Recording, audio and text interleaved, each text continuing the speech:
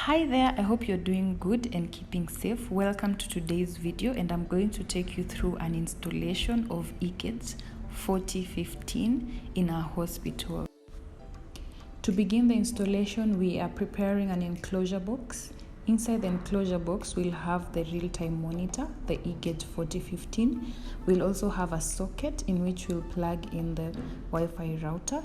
And then finally, we have the circuit breakers, which we'll use to supply power to the monitor. For safety purposes, we do not connect power directly to the Egauge. We are installing two Egauges, and so we're going to loop them together so that the power supply is continuous from one Egauge to the other. And now we are preparing the CTs. We are attaching the green 2-pin connectors to the ends of each of every CT that we're going to use in this installation.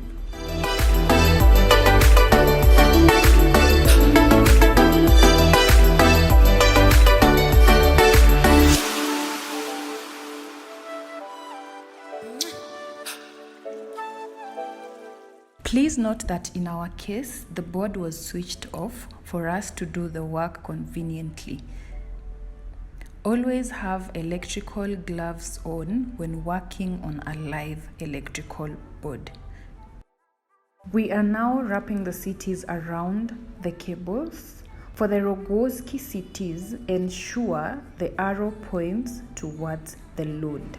This only applies on the flexible CTs by Magnelab, the ones we are using today.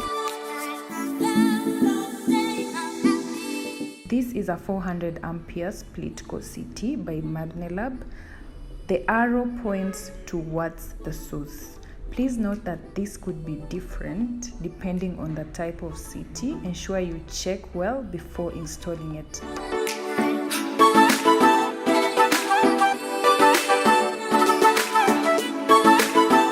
We are now going to attach them to the Egauges. In Kenya, we do it in the order of red, yellow, blue, or line 1, line 2, line 3. This could be different in your country, and make sure to confirm that before doing the installation. Color coding is very important to avoid confusion, and that is why you can see tapes at the end of the CTs. I'm going to put a link at the top of the screen to a video where you can see all the features of the Egauge. We are now moving into the configuration stage, and in our case we are using an Ethernet cable which will be connected on one end of the Egauge and the other end on a laptop. To configure the Egauge, use the link that is appearing below the screen.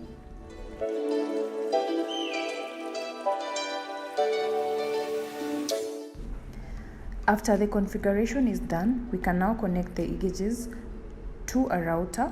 We are able to view the energy consumption of the hospital in real time.